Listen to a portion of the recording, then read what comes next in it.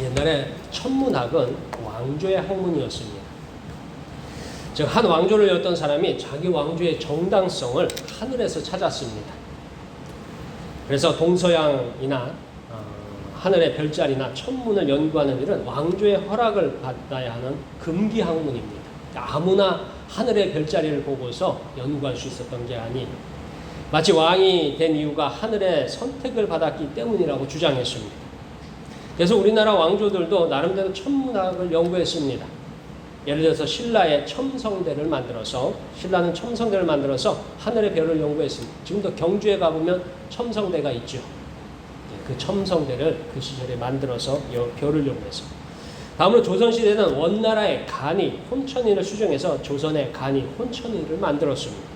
그리고 시간을 기록하는 해시계, 물시계, 그리고 역법, 그리고 일기예보에 해당하는 천문현상을 조선왕조실록에 기록했습니다. 이유는 간단합니다. 바로 왕조의 정당성을 하늘의 별을 연구함으로써 가졌습니다. 그러니까 어떤 사람이 왕이 됐어요.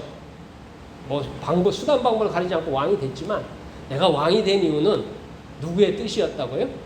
하늘의 뜻이었다. 그러니까 하늘의 뜻을 어떻게 알 수 있다고요? 이 별자리를 연구하면서 알 수 있었다라고 하죠. 오늘날은 아무도 안 믿었지만 그 시절 사람들은 믿었어요. 때문에 고대부터 하늘의 별자리를 연구하는 점성술은 일반인에게는 무엇인가 신비를 주고요, 왕들에게는 무척 중요한 관심사였습니다. 그래서 점성술사는 박사로 불리기도 했으며 훗날에는 점쟁이로 신분이 격화됐습니다. 자, 오늘 우리가 마주한 성경 말씀은 오늘날에는 옛날 이야기 한 자락일지라도 헤롯 왕이던 왕조를 위협하는 위험한 이야기입니다. 그러나 유대인에게는 재미있는 이야기거리입니다. 유대인의 왕은요, 하나님께 기름 부음을 받은 사람이 왕이 됩니다. 유대인의 생각에는 하늘의 별을 보고서 왕을 발견한다라는 것은 이해할 수 없는, 유대인의 문명적인 배경, 문화적 배경이 다릅니다. 유대인에게는 별의 이야기는 가벼운 농담 정도로 그칩니다. 자, 오늘 말씀은 하나님께서 하시는 일에 대한 사람의 무지와 무능이 드러납니다.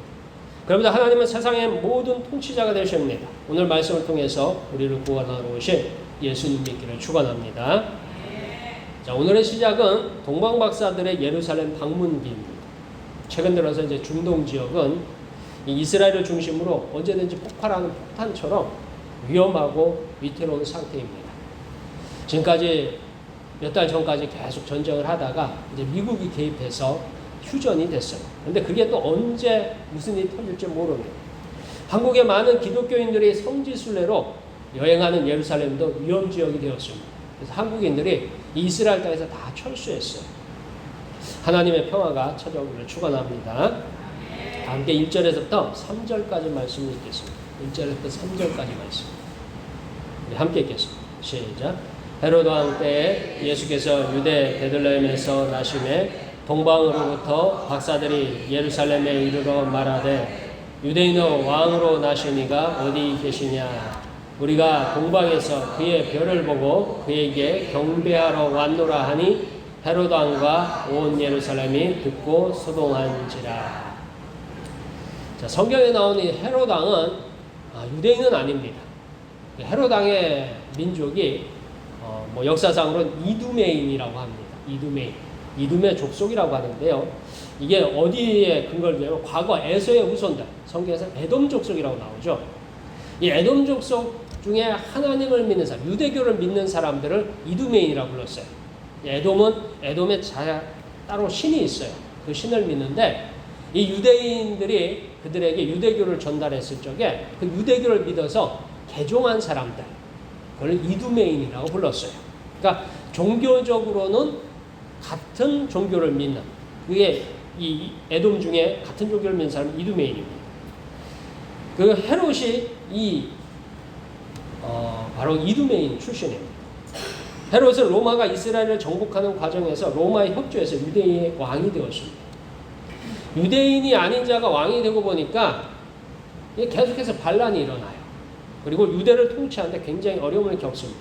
그래서 헤롯은 예루살렘의 대제사장과 유대인들하고 손을 맞잡습니다. 즉 헤롯은 예루살렘의 성전 건축에 협조하기로 해요. 그래서 이 예루살렘의 성전이 60년 동안 건축하는 그 성전 건축을 헤롯이 묵인하고 성전 건축을 도와주기로 합니다. 그리고 이 유대인들은 헤롯의 통치를 서로 돕기로 합니다. 그래서 이 예루살렘의 유대인들과 헤롯이 이렇게 손을 맞잡았어요. 그러니까 이렇게 불편한 동거가 진행 중에 동방으로부터 뜻밖의 방문자들이 헤롯 왕궁을 찾아옵니다. 그들은 박사들로 하늘의 별을 연구하는 자들입니다. 그들의 학문으로는 큰 왕이 태어나는 별이 나타났고 찬란한 빛이 유대 땅으로 인도하고 있었습니다. 미래의 영웅이 태어났는가 싶어서 예루살렘 왕궁을 방문하지만 그곳에서 해당 아기는 없습니다. 아무튼 이 별이 나타났는데 이게 보통 왕이 아니에요. 그러니까 평상시에 각 왕가마다 왕자들이 태어나는 그런 정도가 아니라 온 세상에 가장 큰 왕이 태어날 징조다 하는 것입니다. 그게 유대 땅에 온 거예요. 그러니까 유대 헤롯이라는 왕이 유대를 다스리니까 그 왕궁을 방문합니다. 그 왕궁을 방문해 보니까 그 왕궁에 아기들이 있었는지 없었는지 모르지만 그 별이 가르치는 아기는 있어요? 없어요? 그거 없었어요. 우리는 이곳에서 별것 아는 일, 이야기 속에 각자의 마음속에 숨겨진 생각을 엿볼 수 있습니다. 심지어 하나님을 향한 신앙과 믿음도 확인할 수 있습니다. 우리의 신앙과 믿음은 주일날 교회에서 사용하는 것이 아닙니다. 여러분들이 가지고 있는 신앙과 믿음은요, 주일날 교회에서 쓰라고 있는 게 아니라 신앙과 믿음을 주일날 교회 말씀을 듣고서 굳건히 한 다음에 어디 나가서 사용하는 거예요? 세상에 나가서 쓰는 거예요. 월요일부터 토요일을 세상에서 살아가잖아요. 그 신앙과 믿음을 그 세상에서 사용하는 것입니다. 우리 모두 하나님께 칭찬받는 신앙과 믿음 갖기를 축원합니다. 자, 예루살렘에서 벌어진 일은 점차 소문을 부풀려 가고 있습니다. 처음에는 왕궁에서 시작된 이야기는 이 왕궁담을 넘어서 예루살렘 성내로 번져가고 있습니다. 그리고 별에 대한 이야기, 왕에 대한 이야기는 예루살렘에 사는 모든 사람들에게 전해졌습니다. 우리 다 함께 4절부터 6절까지 말씀 읽겠습니다. 4절부터 6절까지 말씀 함께 읽겠습니다. 시작. 왕이 모든 대제사장과 백성의 서기관들을 모아 그리스도가 어디서 나겠느냐 물으니 이르되 유대 베들레헴이오니 이는 선지자로 이렇게 기록된 바 또 유대 땅 베들레헴아 너는 유대 고을 중에서 가장 작지 아니하도다. 내게서 한 다스리는 자가 나와서 내 백성 이스라엘의 목자가 되리라 하였음이니이다. 아멘. 자, 동방박사가 전한 이 왕의 별은 평범한 왕이 아닙니다. 아무튼 그때 그 시절에 어떤 별이 하나가 크게 빛을 발하고 있습니다. 그 별을 연구했던 박사들이 연구할 때 이거는 역사상 있었던 일이 아니에요. 그러니까 얼마나 위대한, 얼마나 큰 왕이 태어날지도. 비록 유대인은 무시할지라도 헤롯에게는 심각한 위기였습니다. 왜냐하면 헤롯이 이 예루살렘에 헤롯 왕가를 열었어요. 그러니까 로마의 도움을 받아서 로마에 복종하기로 하고 로마를 잘 따르기로 하고 로마가 이 헤롯을 예루살렘 왕으로 세운 거예요. 근데 자기가 왕인데 하늘의 별은 뭐예요? 또 다른 왕, 위대한 왕, 큰 왕이 태어난다는 거예요. 그러니까 자기가 이제 왕으로 있으면서 또 다른 왕이 태어나면 자기는 어떻게 돼요? 왕자를 빼앗기잖아요. 왕의 자리를 빼앗기는 거예요. 근데 이제 고대 시대 때 요즘은 이제 우리는 선거를 통해서 지도자를 바꾸기 때문에 피를 흘리거나 유혈 사태가 없잖아요. 근데 고대 시대 때 왕조를 이렇게 바꾸면 꼭 무슨 일이 있었어요? 많은 사람이 죽어가요. 특별히 위대한 왕, 큰 왕이 태어나면 이 헤롯 왕가의 사람들은 어떻게 될 것 같아요? 다 이게 죽임을 당하게 되는 거예요. 그러니까 헤롯 왕이 이 이야기를 굉장히 심각하게 생각합니다. 자, 이두메인의 왕, 이민족의 왕은 이스라엘에 영웅이 나타나서 쫓아내는 좋은 구실이 돼요. 그리고 이방인 왕을 쫓아낸 사람을 이스라엘 사람은 뭐로 세우겠어요? 왕으로 세울 거 아니에요. 그러니까 굉장히 심각한 위기를 맞게 됐습니다. 근데 문제는 과연 유대인의 왕이 어디서 날 것인가입니다. 여기에서 대제사장들은 한 성경 구절을 말합니다. 구약성경 미가서 5장 2절의 말씀을 전합니다. 왜냐하면 그곳은 하나님께서 보내신 그리스도가 태어날 땅으로 지명을 받았습니다. 선지자 미가가 오래전에 전한 작은 마을입니다. 비록 마을은 작을지라도 나름대로 유명한 곳입니다. 이스라엘 민족의 구원자가 태어날 고장입니다. 여기서 우리는 이스라엘 민족의 대제사장이 얼마나 그리스도 구원자를 바라는지 확인합니다. 아마 대제사장이 얘기한 건 아니고 그 서기관들 중에 누군가가 그 얘기를 듣고서 얘기한 것 같아요. 성경은 굉장히 두꺼운 책입니다. 성경은 신구약을 합쳐서 66권, 구약 성경이 39권이에요. 여러분들이 성경 구절을 이렇게 암송해가지고서 얘기하는 게 쉽지 않아요. 왜냐하면 성경이 이렇게 두꺼운데 그 성경 구절을 이렇게 암송하고 있다가 필요할 때 필요한 말씀을 이렇게 얘기한다는 게 굉장히 어렵습니다. 목사가 되려면 이 성경 암송 훈련을 좀 해요. 저도 좀 했다가 너무 많아가지고 포기했어요.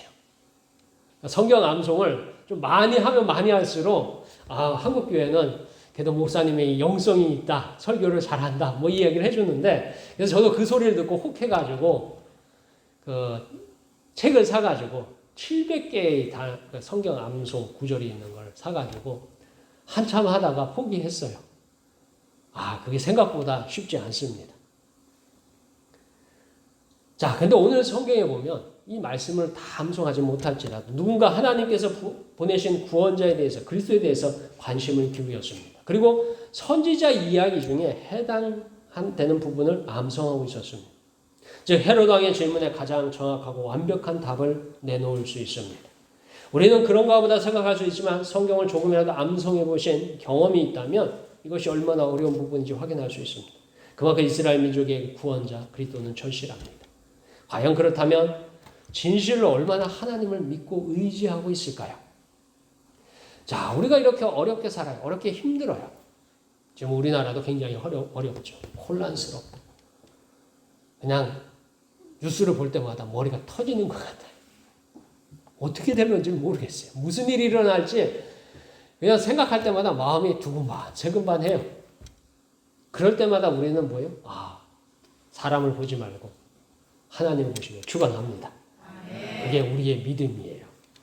자, 그렇다면 우리는 하나님께 바라는 것들이 많습니다. 우리는 믿음과 신앙을 가지고 살지만 하나님께 기도할 적에 기도한 내용이 너무 많아요. 적당히 바라는 정도를 넘어서 매우 많은 은혜를 축복을 사모합니다. 그리고 기도하기를 하나님께 때를 쓰듯이 많은 내용을 요구합니다. 그렇다면 하나님을 얼마나 믿고 있을까요? 얼마나 의지하고 있을까요? 나는 과연 하나님을 믿고 있느냐, 의지하고 있느냐? 하나님은 우리에게 당신을 향한 믿음을 요구하고 계십니다. 하나님을 향한 믿음으로 승리하기를 축원합니다. 자, 마지막으로 우리는 진실한 믿음을 확인합니다. 우리는 오늘 이곳에서 정말로 하나님을 향한 진실한 믿음을 확인합니다. 사실 말로는 신앙과 믿음이 화려하고 아름답게 꾸밀 수 있습니다. 내 신앙과 내 믿음은 이렇습니다라고 말로는 표현할 수 있어요. 옷을 잘 입는 것만으로도 무척이나 거룩한 척할 수 있습니다. 그러나 신실한 신앙과 믿음은 말과 행동으로 함께 나타납니다. 우리 다 함께 7절에서 12절까지 말씀 읽겠습니다. 7절에서 12절까지 말씀. 우리 함께 읽겠습니다. 시작. 이에 헤롯이 가만히 박사들을 불러 별이 나타난 때를 자세히 묻고 베들레헴으로 보내며 이르되 가서 아기에 대하여 자세히 알아보고 찾거든 내게 고하여 나도 가서 그에게 경배하게 하라.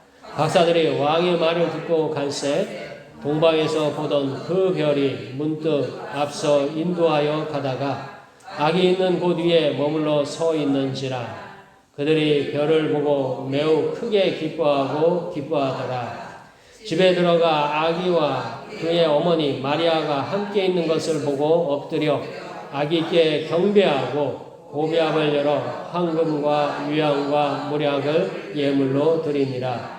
그들은 꿈에 헤롯에게로 돌아가지 말라 지시하심을 받아 다른 길로 고국에 돌아가니라. 아멘. 자, 오늘 우리가 읽는 말씀에서 가장 중요한 부분에 이르렀습니다. 예루살렘의 소동은 결국은 위대한 왕, 세상의 구원자 그리스도를 찾는 일로 마무리됩니다. 이 동방 박사들이 와서 별에 대한 얘기를 하니까 그 별이 과연 누구를 이야기할까라고서 회의를 했던 것 같아요. 회의를 했더니 유대인들은 이제 성경적인 바탕을 둘 적에 유대인이 기다리는 가장 큰 왕이 바로 그리스도입니다. 그래서 하는 말이 묻기를 뭐라고 물어요? 그리스도가 어디서 나겠느냐. 그러니까 유대의 많은 왕들이 태어날 수 있어요. 그런데 유일하게 큰 왕, 그리스도에 대한 얘기를 합니다. 즉 대제사장과 서기관들은 오래된 선지자 예언의 말씀으로 왕의 요구, 동방박사들의 요구를 해결합니다. 헤롯 왕은 위기를 느끼면서 속으로 간악한 계략을 꾸밉니다. 겉으로는 유대를 방문한 이방인의 굉장히 친절한 왕의 모습을 연기합니다. 마치 오늘날 나는 신앙이 좋습니다. 믿음이 좋으면 정말로 하나님을 잘 믿습니다가 주장하는 사람처럼 보입니다. 그래서 헤롯이 하는 말이 뭐예요? 나도 가서 뭐예요?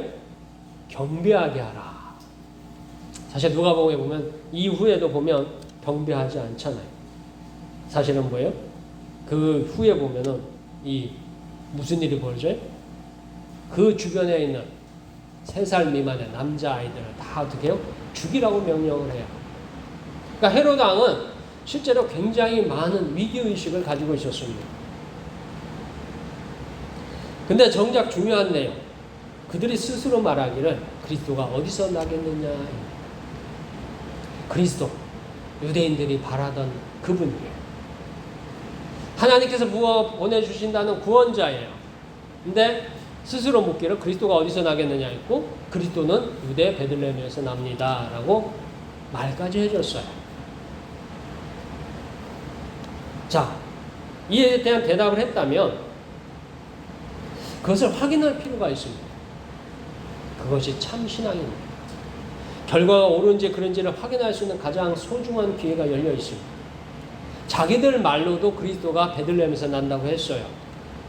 그런데 동방으로부터 박사들이 와가지고 하는 말이 하늘의 큰 별이 왕이 태어날 것을 가르쳐주고 있습니다 라고 찾아왔어요. 그리고 자기들도 유대 베들레헴에 가면은 됩니다 라고 대답을 했어요. 예루살렘에서 베들레헴은 그렇게 먼 동네도 아닙니다. 그러면서 그들은 유대의 왕 헤롯, 대제사장, 서기관은 예루살렘에 머물렀고 오직 이방인 동방박사들이 찾아갑니다. 또 다른 이가 아기 예수께 경배합니다. 자, 베들레헴에서 난다고 얘기를 했어요. 그럼 헤롯 왕의 입장에서는 진짜 경배하고자 한다면 자기 부하를 가르쳐서 안내를 해줄 수 있잖아요. 이방인들이 이 나라에 왔어요. 그들에게 베들레헴이 어디 있는지 가르쳐 줄 수 있잖아요. 그래서 안내자를 붙일 수 있어요. 또 하나는 대제사장과 서기관들은 스스로 말하기를 그리스도가 어디서 난다고 했어요? 베들레헴에서 난다고 했어요. 자기들 입으로 그리스도가 거기서 난다고 얘기했으면 그가 태어난 아기가 그리스도인지 아닌지 확인할 필요가 있어요, 없어요? 그렇게 그리스도를 기다린다면, 그렇게 하나님의 구원자를 기다린다면, 그래도 한 번쯤은 가서 진짜인가 아닌가 확인해 볼 필요는 있는데 어째 아무도 안 가요. 간 사람은 유일하게 누구예요? 동방박사들끼리만 가요. 나머지 사람은 다 뭐예요? 예루살렘에 그냥 머물러요. 자, 아기 예수를 경배한 또 다른 사람들이 있습니다. 누가복음에는 들에서 양을 치던 목자들이 아기 예수를 찾아서 경배합니다. 양을 치던 목자들은 정말로 하나님의 구원자가 간절했습니다. 이 양치기, 우리는 흔히 생각할 적에 가끔 가다가 시편 23편의 그 성화를 많이 생각해요. 시편 23편에 보면은 양이 있고 거기 양치기가 나오죠. 그 옆에는 시편 23편 text입니다. 여호와는 나의 목자시니 내가 부족함이 없으리로다. 그가 나를 푸른 풀무가 쉴만한 물가로 인도하시는도다 하면서 그림이 이렇게 딱 해가지고서 많이 팔리잖아요. 혹시 그런 그림 보셨어요? 우리 다 그 생각해요. 그래서 양치기는 마치 뭐냐면 직업 중에 괜찮은 직업인 줄 알아요. 근데 이 양치기는 오늘날 따지면 3D 업종이에요. 3D 업종. 일단 양을 치려면 집을 떠나요. 양이 먹을 풀을 찾아서 온 사방 천지로 돌아다녀야 돼요.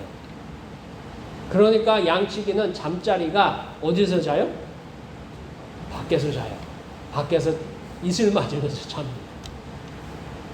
그리고 어디서 자요? 침대에서 자요? 그냥 바닥에서 자요? 바닥에서 자요.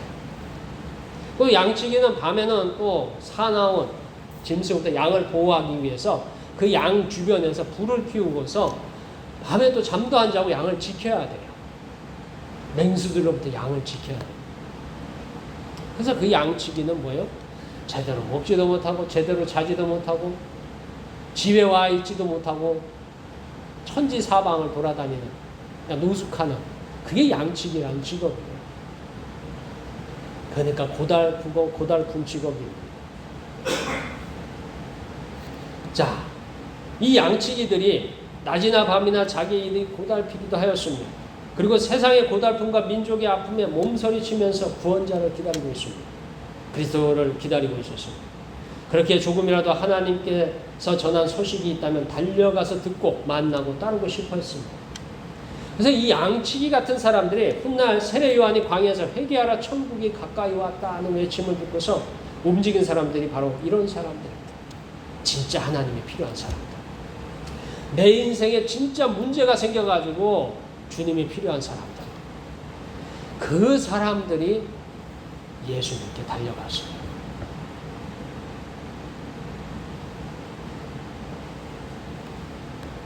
오히려 예루살렘에 머물고 있는 왕. 왕은 왕궁에 있죠. 거기서 뭐예요?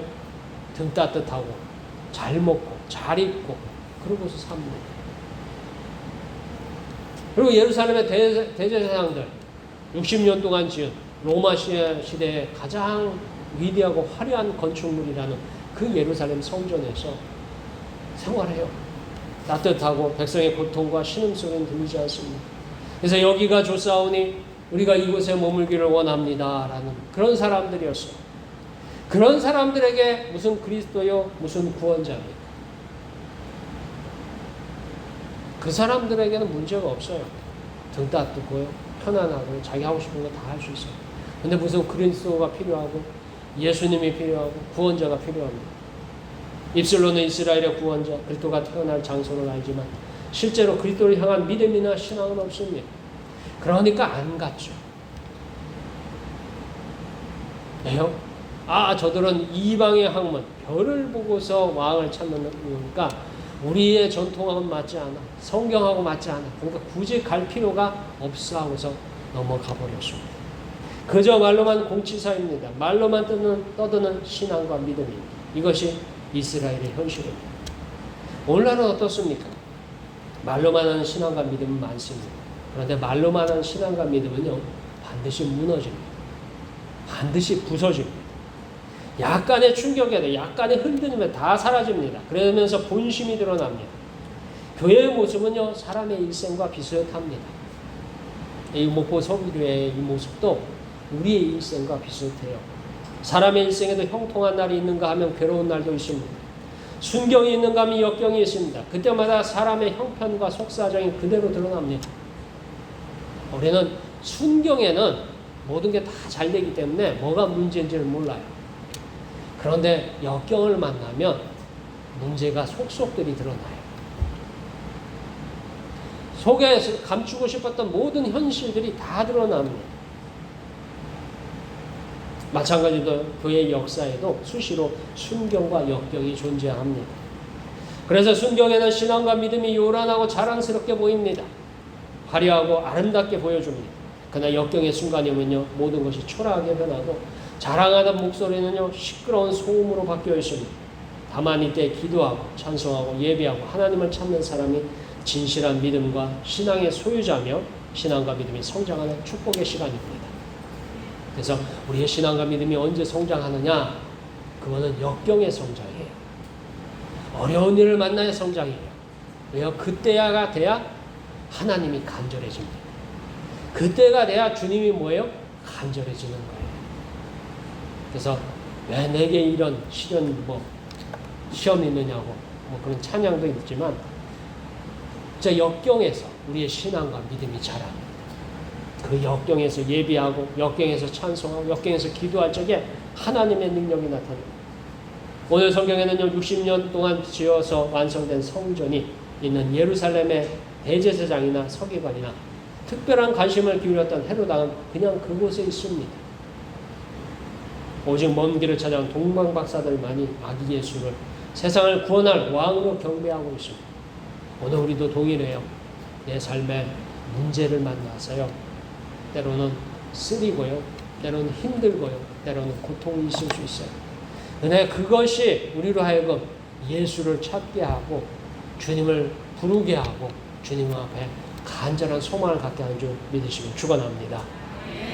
내게 이런 역경이 왔을 적에 하나님이 나를 사랑하고 하나님 나를 간절히 부르시는 줄 믿으시길 축원합니다. 오늘 우리도 형편과 처지보다는 오직 예수님이기에 오직 그리스도이기에 경배하는 모두가 되길 축원합니다.